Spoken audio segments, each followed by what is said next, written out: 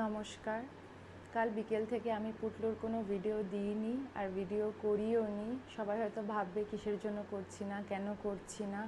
মানে কালকে ওই ফ্লাইট ক্র্যাশের ওই মর্মান্তিক ঘটনাটা হওয়ার পর আর কিছুই ভালো লাগছে না। মানে প্রত্যেকটা নিউজ চ্যানেল, প্রত্যেকটা social media, Facebook, Instagram, YouTube সব জায়গায় শুধু আমি ওই একই ভিডিও দেখছি। তো সত্যি করেই মন মেজাজ ভালো নেই। শুধু ভাবছি যে ওই ফ্লাইটে তো আমিও থাকতে পারতাম, আমি কেন?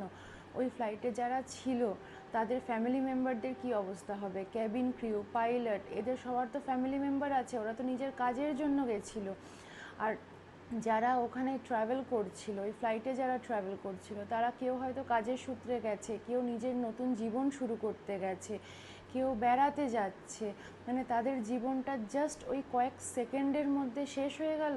মানে এটা ভেবে আর একদমই ভালো লাগছে না। আমি হয়তো 2-3 দিন আর পুটলুর কোনো ভিডিও দেব না, কারণ এই জিনিসটা এখনও না আমি ঠিক মানে নিতে পারছি না। শুধু আমি কেন, আমাদের দেশের কেউই এই জিনিসটাকে ভুলতে পারছে না। তো আমি শুধু সবাইকে একটা জিনিসই বলবো যে সবাই খুব সাবধানে থাকবেন, কারণ জীবনটা খুবই ছোট। যতটুকু জীবন ভগবানে মানুষকে দিয়েছে সেই জীবনের মধ্যে যা যা মনোবাসনা আছে সেগুলো পূরণ করে নেবেন, কারণ জীবনের কোনো দাম নেই। মানে আজকে তো এটা প্রমাণ হয়ে গেল যে সত্যিই জীবনের কোনো দাম নেই।